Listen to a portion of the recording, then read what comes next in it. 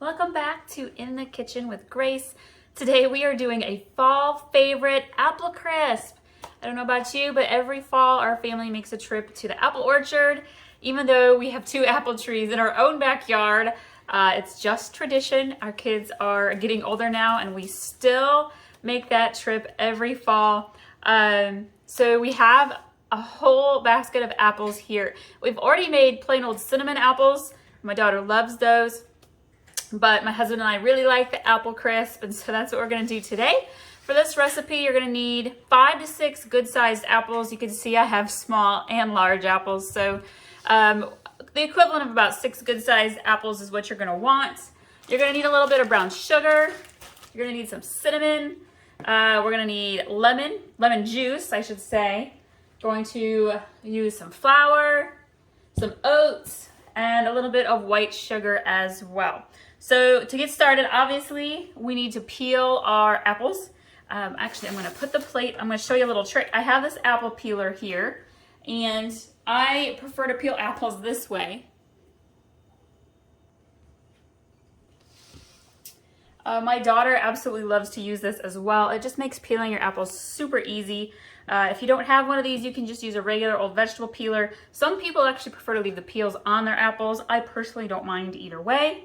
But we're gonna go ahead and, it's been a while, I only use this like twice a year. Gotta always remember how it works. You just stick your apple on there and you start spinning and it will peel. I like to put the plate or a paper towel underneath. Catches the peels really easy. It makes it super easy to throw those away. This also slices your apples as you go. Saves you a little bit of work.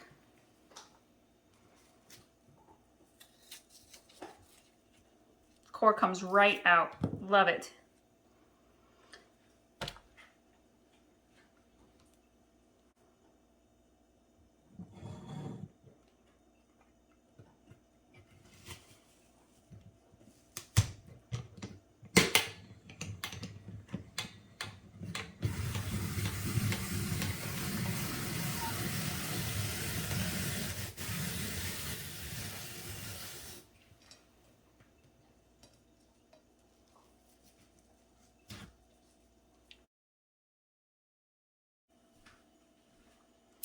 So we have our apples all peeled and halfway sliced.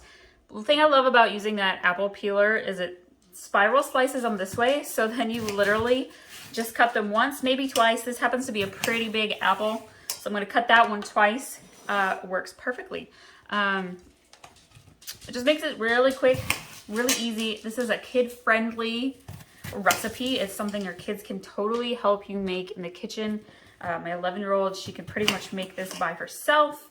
And with that apple peeler though, and with any kind of vegetable peeler, you do want to make sure that yourself and any youngsters, they're using a little bit of caution because there are sharp parts to both the regular peeler and your apple core.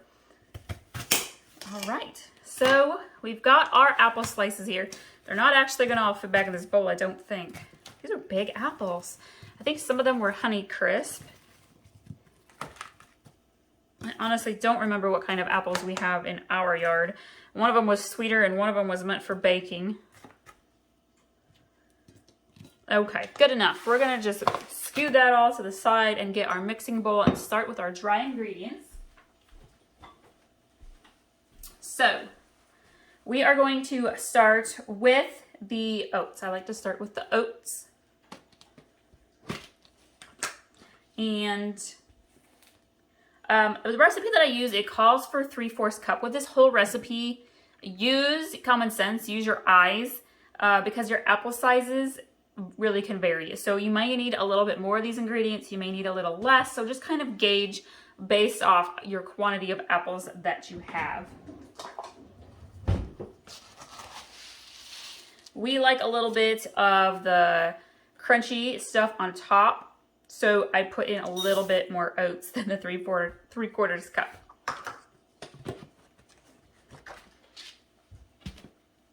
And then we need a cup of brown sugar. I'm using light brown sugar. Use whatever brown sugar that you want or that you've got on hand. This is gonna be about perfect to use up this bag. A little extra doesn't hurt. I'm not gonna save that, so we'll just dump that in there. We got cinnamon, 1 3/4 teaspoons of cinnamon, which I always kind of find it entertaining when recipes call for 3/4 of a teaspoon. Like, just commit, man. Go all in. We're gonna go all in. I'm actually gonna do 2 teaspoons of cinnamon here.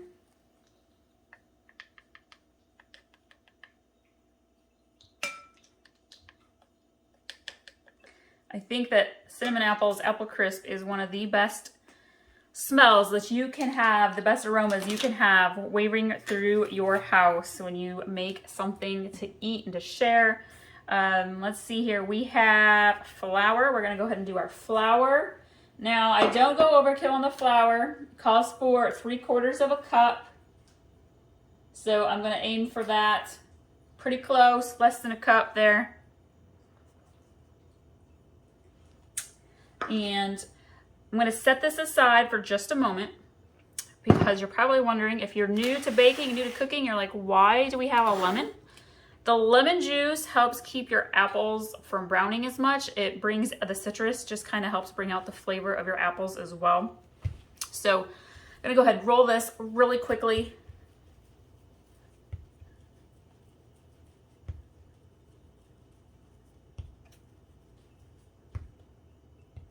This is a juicy lemon. It is a big lemon.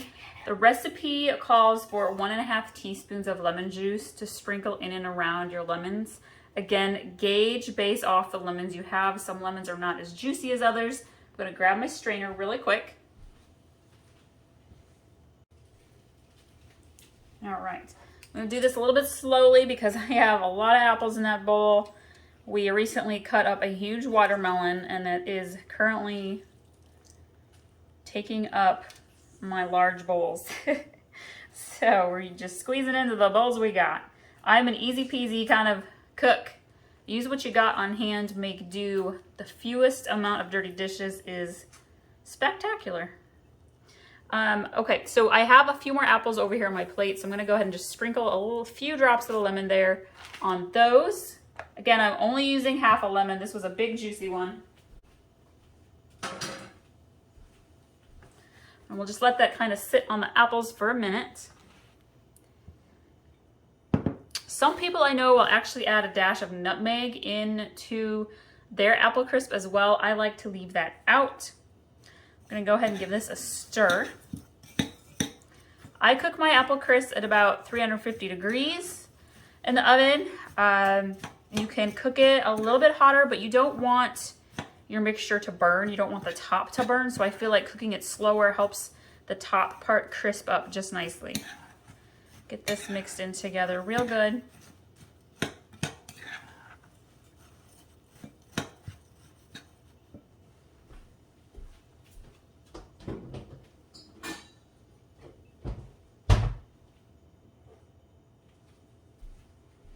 Now, I'm actually going to scoop out a little bit of this mixture, the dry mixture.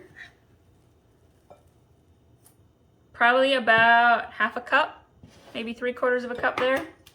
I'm gonna add some extra oats. This is gonna be for the topping. This is the part that's going to get crunchy.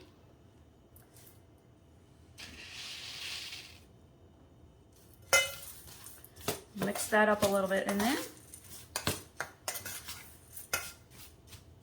Okay. And then the recipe calls for half a cup of cold butter sliced, which is going to be a whole stick of butter. I use salted sweet cream butter. Use whatever butter you want, whatever butter you got on hand.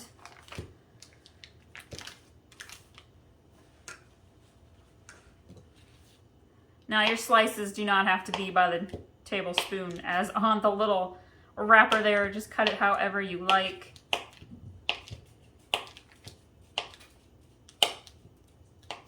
I'm gonna throw a few dabs here into the topping mixture. probably 3 of those.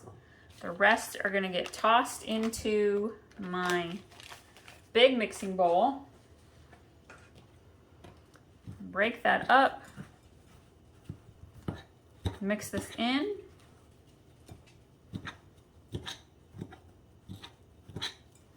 I'm using the spoon to kind of chop up the butter chunks just a little bit more.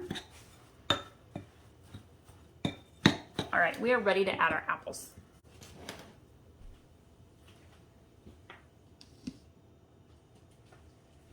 I'm gonna start with this little plateful here first.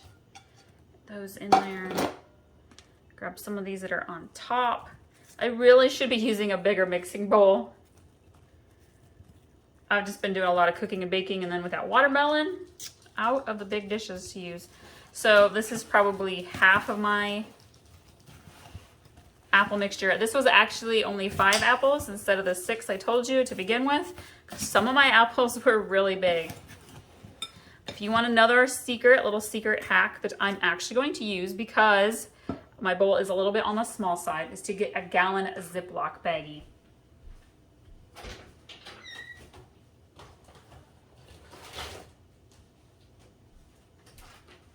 This is super helpful if you have a second set of hands. I don't today, so we're just gonna wing it. Second set of hands helps you just kind of dump it all at once into your baggie. Basically, you just toss your apples in, and then you would dump your dry mixture into the apples.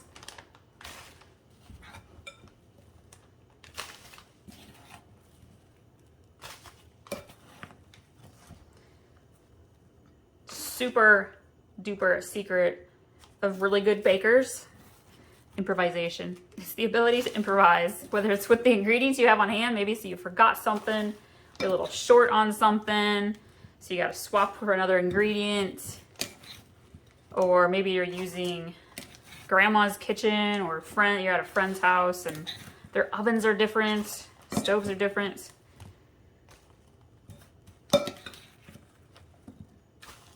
All right, we're gonna dump that in here. Look at that. All that mixture in there. I'm gonna seal it shut.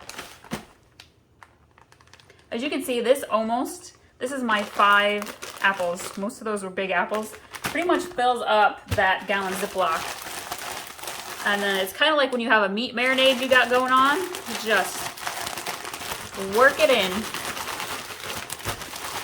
If you got kids, they'll have a heyday shaking this all over.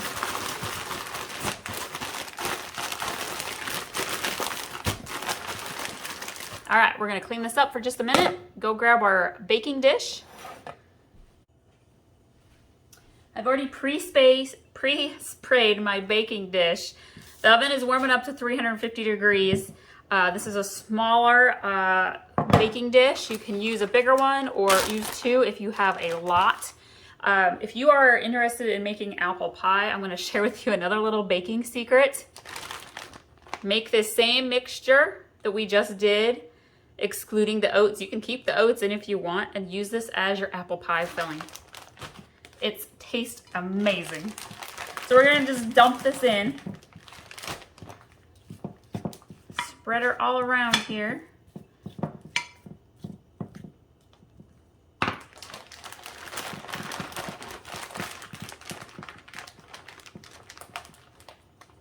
Oh yeah.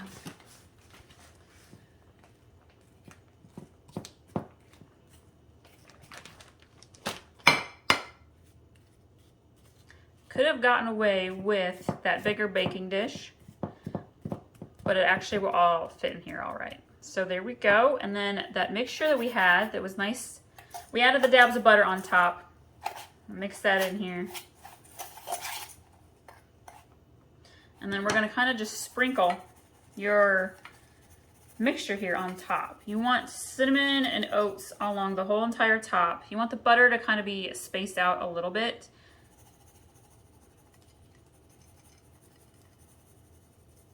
Perfect, look at that. And then you're gonna bake this in your oven. I usually do mine for about 20-25 minutes. I keep an eye on it. I check it about 15 minutes to make sure temperature-wise nothing on top is burning. And then I just keep an eye every couple minutes and check on it until I feel like the top has really crisped and browned up just to the perfect amount.